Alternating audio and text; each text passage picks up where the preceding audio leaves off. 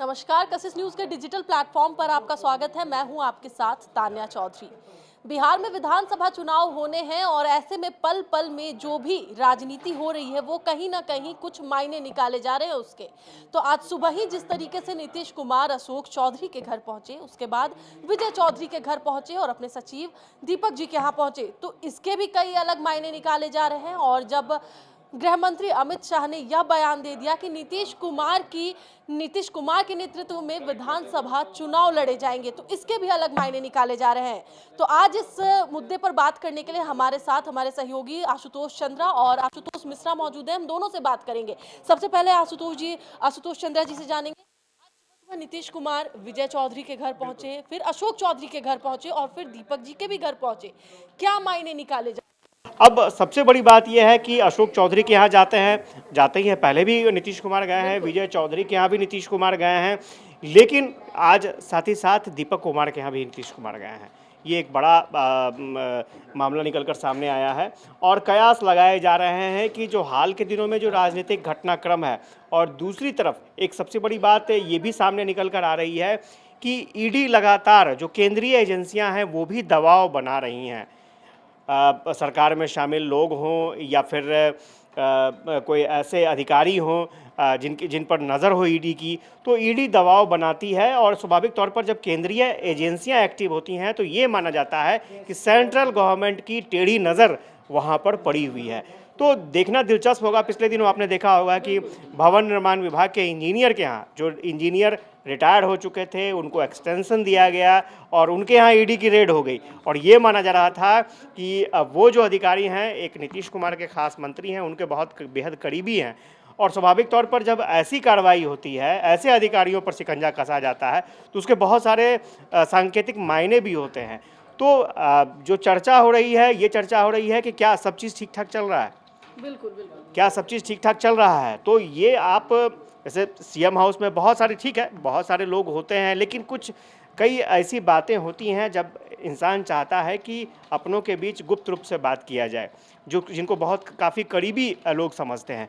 और यही वजह है कि चूँकि विजय चौधरी और अशोक चौधरी दोनों काफ़ी नीतीश कुमार के क्लोज़ हैं।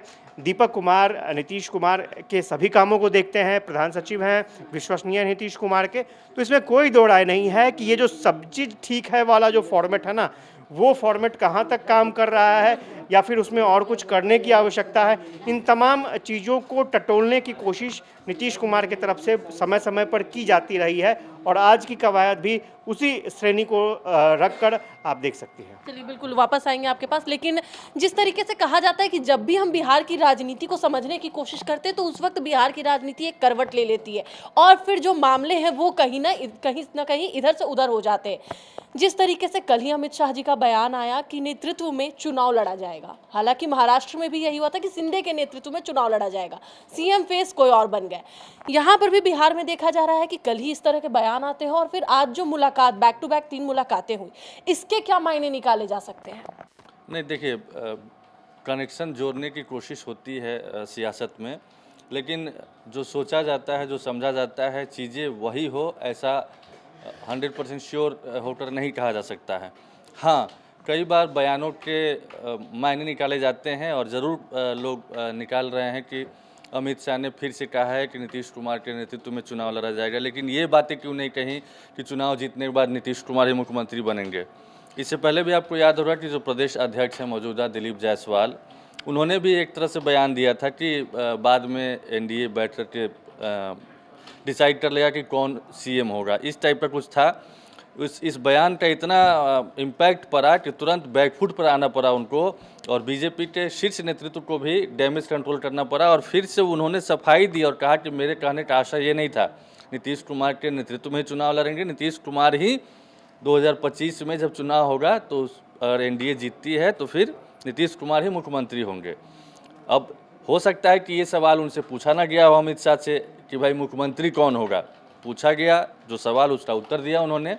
अब नहीं दिया तो इसके मायने निकाले जा सकते हैं, निकाले जाते रहे हैं। रही बात, दूसरी बात कि मुलाकात जो हुई है, तो विजय चौधरी और अशोक चौधरी या फिर जो प्रधान सचिव हैं दीपक कुमार, ये तमाम लोग सीएम नीतीश कुमार के मतलब गुड बुक नहीं कहा जाए, मतलब एक किचन कैबिनेट के मेंबर हैं, मतलब वरिष्ठ सहयोगी में से एक हैं। और कोई भी नीति निर्धारण होता है तो इन लोगों की अहम भूमिका होती है बिहार सरकार की, जो भी डिसीजंस होते हैं। तो इसीलिए कभी इनके घर सीएम आवास पर इन लोगों का जाना या सीएम खुद इन लोगों के घर पर जाते हैं तो कोई बड़ी बात नहीं होनी चाहिए राजनीतिक रूप से।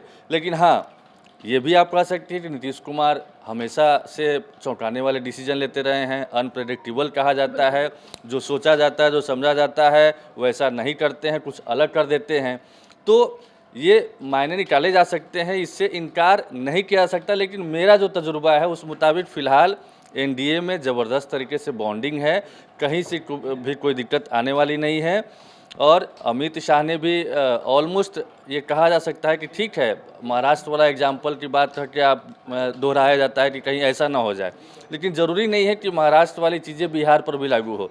महाराष्ट्र की सियासत कुछ अलग है, बिहार की राजनीति नीतीश कुमार के बगैर। और ये भी देखने वाली बात होगी कि नीतीश कुमार के जो सांसद हैं, जितने सांसद हैं 12 सांसद हैं शायद, जहाँ तक मुझे याद है, तो 12 सांसद हैं। तो उनकी बदौलत ही केंद्र में मोदी सरकार मजबूत तरीके से मतलब बनी हुई है। अगर उनका समर्थन वापस होता है तो फिर सरकार की स्थिति डमाडोल हो जाएगी। जो कड़े डिसीजन ले रहे हैं, सख्त डिसीजन ले रहे हैं, उसमें आपने देखा होगा कि वक्फ बोर्ड का संशोधन बिल का जेडीयू ने समर्थन किया है।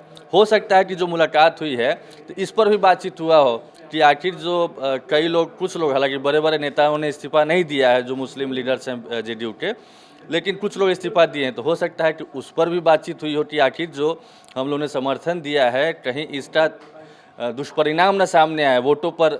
मतलब मुस्लिम जो थोड़ा बहुत जेडीयू को सपोर्ट करते ही हैं तो वो भी न सिटक जाएं। इसको लेकर भी बातचीत हुई कि इसको कैसे डैमेज कंट्रोल किया जाए। और इसी को लेकर के जब जैसे ही इस्तीफे का दौर शुरू हुआ, आपको याद होगा कि जेडीयू के 14 बड़े बड़े अल्पसंख्यक नेताओं ने पीसी करके क्लियर किया था कि हमारे 5 सुझाव माने गए, तब जा करके हमने लोकसभा हो या राज्यसभा में हो वक्फ बिल संशोधन बिल का समर्थन किया था, बीजेपी को सपोर्ट किया था।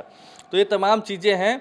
कयासों का दौर तब तक चलता रहेगा जब तक कि चुनाव संपन्न नहीं हो जाते या फिर कोई नया मतलब नीतीश कुमार ही रिपीट होते हैं या फिर कोई अगर महागठबंधन की सरकार बनती है। तो जब तक ये चुनाव संपन्न नहीं होते, प्रक्रिया खत्म नहीं हो जाती है, बिहार के मुख्यमंत्री नहीं बनते हैं, तब तक ये सारी चीज़ें चलती रहेगी, मायने निकाले जाते रहेंगे। कभी नीतीश कुमार इधर जाएंगे तो फिर मायने निकाले जाएंगे, इनसे मिलेंगे तो मायने निकाले जाएंगे, कुछ बयान आएगा तो मायने निकाले जाएंगे। लेकिन फिलहाल एनडीए में मुझे जहाँ तक लगता है कि ज़बरदस्त बॉन्डिंग है, कहीं से कुछ भी नहीं होने जा रहा है। और आपको याद है कि एनडीए ही बहुत पहले से तमाम जो प्रदेश अध्यक्ष हैं जिलावार कार्यकर्ता सम्मेलन कर रहे हैं, 225 का लक्ष्य रखा गया है। तो वहाँ भी तमाम जो दलों के प्रदेश अध्यक्ष घटक दल के, वो सब में अच्छा तालमेल है। वक्फ बिल के संशोधन हो, अभी ईद पर लेकर के पार्टी हुई थी जेडीयू की तरफ से, कहीं कोई दिक्कत मुझे नज़र नहीं आ रही है। एक बार फिर से एक और बात जान लेंगे, हमारे साथ आशुतोष चंद्रा जी भी, एक बार इनसे भी जान लेंगे और इनसे दोनों से बातें कर लेंगे। जिस तरीके से अश्विनी चौबे जी ने जो अभी बयान दिया है कि उप प्रधानमंत्री का जो है वो उन्हें देना चाहिए, नीतीश कुमार को पद देना चाहिए, इस पर क्या कुछ कहना चाहेंगे? मतलब इस पे क्या आपकी? नहीं, लेकिन एक चीज़ है कि ये उप प्रधानमंत्री का जो मामला है ये पहले भी बीजेपी नेताओं ने कहा है और उसको लेकर के जेडीयू ने काफ़ी नाराज़गी भी जाहिर की थी। दरअसल उप प्रधानमंत्री की बात जब आप बोलते हैं, अभी नीरज कुमार का भी स्टेटमेंट आया है और उन्होंने साफ तौर पर कहा है कि कौन क्या बोलता है उससे हमको मतलब नहीं है। अमित शाह जी ने साफ तौर पर कहा है कि नीतीश कुमार के नेतृत्व में हम चुनाव लड़ेंगे और पीएम मोदी और नीतीश कुमार के नेतृत्व में जो चुनाव हुए, लोकसभा चुनाव, उसमें विपक्ष को पैरालाइसिस कर दिया गया है राजनीतिक रूप से। तो ये जेडीयू की सोच है, जेडीयू इसे कभी भी एक्सेप्ट नहीं करता है, क्योंकि इससे पहले भी अगर आप देखेंगी तो इससे पहले भी जेडीयू ने विरोध किया था ऐसे बयानों का। और अश्विनी चौबे का स्टेटमेंट ये बताने के लिए काफ़ी है कि चूँकि बीजेपी में एक मरमरिंग चलती है, अंदर खाने जो खबरें होती हैं, अंदर खाने जो विमर्श होता है, उसमें ये भी निकल के आता है कि भाई नीतीश कुमार को डिप्टी पीएम का पोस्ट दे दें और नीतीश कुमार यहाँ सीएम की कुर्सी जो है वो खाली कर दें, क्योंकि बीजेपी की नज़र अब बिहार के की सत्ता पर है, बिहार के सीएम की कुर्सी पर है, इसमें कोई दो राय नहीं है। और बीजेपी बहुत पहले से प्रयास भी करती रही है, लेकिन सफलता नहीं मिली है। तो बीजेपी में एक धारा है जो ये चाहती है कि अब सत्ता जो है बीजेपी के पास आए और प्रमुख रूप से बीजेपी लीड करे। एक सबसे अच्छी तस्वीर मैं आपको बताऊंगा, सबसे रोचक, अच्छी नहीं रोचक तस्वीर बताऊंगा। कुछ दिनों पहले पटना के जितने भी बड़े बड़े होर्डिंग्स हैं उसमें प्रधानमंत्री के पोस्टर लग गए। आज तक ऐसा नहीं होता था, और जितनी भी योजनाएं सेंट्रल स्पॉन्सर्स स्कीम के तहत आ रही हैं, प्रधानमंत्री के पोस्टर लग गए। नीतीश कुमार के पोस्टर ऐसे जगहों पर होते थे, लेकिन उन जगहों पर प्रधानमंत्री के पोस्टर लग गए, यानी संकेत साफ था। और उसके बाद अचानक जब ये खबरें बहुत तेज़ी से फैली तो वो पोस्टर हटा भी दिए गए। तो आप समझिए, ये कोशिश जो है ना रस्साकसी, सत्ता के लिए रस्साकसी, वो बीजेपी जेडीयू के बीच में चलती रहती है। लेकिन फिलहाल अश्विनी चौबे ने वो एक गेंद फेंका है कि रिएक्शन देखते हैं क्या होता है। तो रिएक्शन बहुत कड़ा आ गया है और जेडीयू इसके लिए बिल्कुल तैयार नहीं है। बीजेपी ये कोशिश जरूर कर रही है, बीजेपी का एक धड़ा ये कोशिश जरूर कर रहा है कि नीतीश कुमार को केंद्र में भेज दिया जाए या फिर उनके लिए कोई विकल्प ढूंढा जाए, लेकिन बीजेपी जेडीयू इसके लिए बिल्कुल तैयार नहीं है। जेडीयू का साफ तौर पर यह मानना है कि 2025 का जो चुनाव होना है वो नीतीश कुमार के नेतृत्व में होना है और नीतीश कुमार के ही नेतृत्व में अगली सरकार बननी है। तो फिलहाल ये अश्विनी चौबे का स्टेटमेंट, अश्विनी चौबे के स्टेटमेंट तक ही सीमित रह गया, ये आगे नहीं बढ़ पाया। अब देखना होगा कि आगे क्या इसके समर्थन में कोई बीजेपी नेता बोलते हैं या नहीं बोलते हैं, ये भी देखना दिलचस्प होगा। चलिए, बिल्कुल, बहुत बहुत धन्यवाद आपका। तो एक बार आशुतोष जी आपसे भी जान लेंगे कि जिस तरीके से लोकतंत्र की जननी बिहार को कहा जाता है और ऐसे में अब केंद्र की नज़र बिहार पर है, जिस तरीके से आशुतोष चंद्रा जी ने बताया वो पोस्टर वाली बात या फिर उप प्रधानमंत्री वाली बात हम देख ले, तो कहीं ना कहीं बीजेपी अब ये सोच रही है कि बिहार में बीजेपी की सरकार और बीजेपी का चेहरा फ्रंट पे आ जाए और जो नीतीश कुमार है उन्हें हम केंद्र में भेज दें। तो क्या ऐसा पॉसिबल हो सकता है बिहार की राजनीति में? नहीं, देखिए, ये पार्टी का स्टैंड नहीं है, बिल्कुल पार्टी का आधिकारिक स्टैंड नहीं है। ये एक पूर्व केंद्रीय मंत्री, पूर्व सांसद, बीजेपी के वरिष्ठ नेता का बयान है। हो सकता है कि जब इस पर बवाल मची तो बोले कि ये मेरा व्यक्तिगत बयान है, पार्टी का इससे कोई लेना देना नहीं है। हो सकता है कि जब पार्टी का लाइन रखने वाले प्रवक्ताओं से पूछा जाए या सीनियर लीडर से पूछा जाए तो वो भी कहें कि ये अश्विनी चौबे का व्यक्तिगत मामला है, इससे पार्टी का लेना देना नहीं है। और यही चीज़ें होगी भी, देखिएगा आने वाले दिनों में। रही बात तो उप प्रधानमंत्री बनाने की मांग, बेशक शायद नहीं, मुझे लग रही नहीं है।